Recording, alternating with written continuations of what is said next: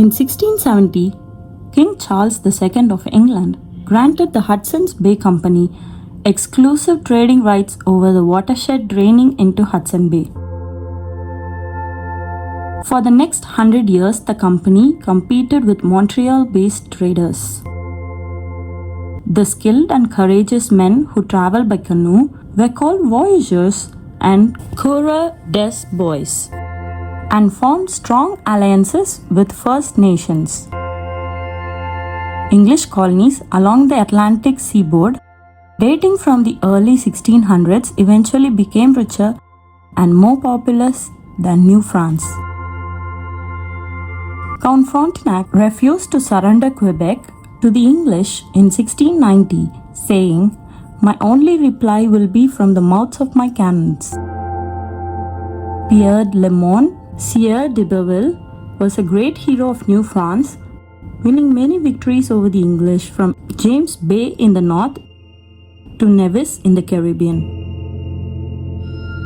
in the late 17th and early 18th centuries. In the 1700s, France and Great Britain battled for control of North America.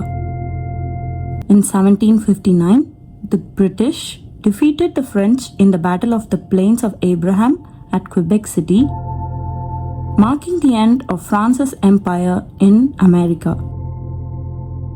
The commanders of both armies, Brigadier James Wolfe and the Marquis de Montcalm, were killed leading their troops in battle. Following the war, Great Britain renamed the colony the province of Quebec. The French-speaking Catholic people, known as habitants or Canadians, strove to preserve their way of life in the English-speaking Protestant-ruled British Empire.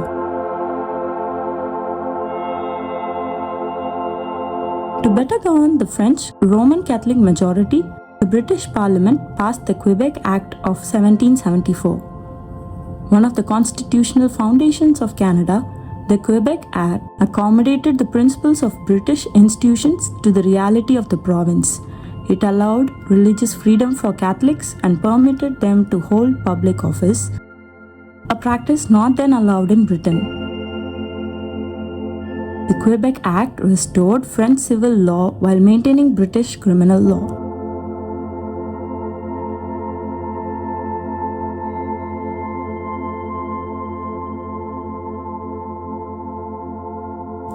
In 1776, the 13 British colonies to the south of Quebec declared independence and formed the United States. North America was again divided by war. Sir Guy Carleton, Lord Dorchester, as governor of Quebec, defended the rights of the Canadians, defeated an American military invasion of Quebec in 1775, and supervised the Loyalist migration to Nova Scotia and Quebec in 1782 to 83. More than 40,000 people loyal to the crown, called Loyalists, fled the oppression of the American Revolution to settle in Nova Scotia and Quebec.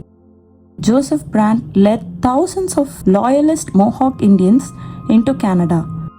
The Loyalists came from Dutch, German, British, Scandinavian, Aboriginal and other origins, and from Presbyterian, Anglican, Baptist, Methodist, Jewish, Quaker, and Catholic religious backgrounds. About 3,000 black loyalists, freed men and slaves, came north seeking a better life.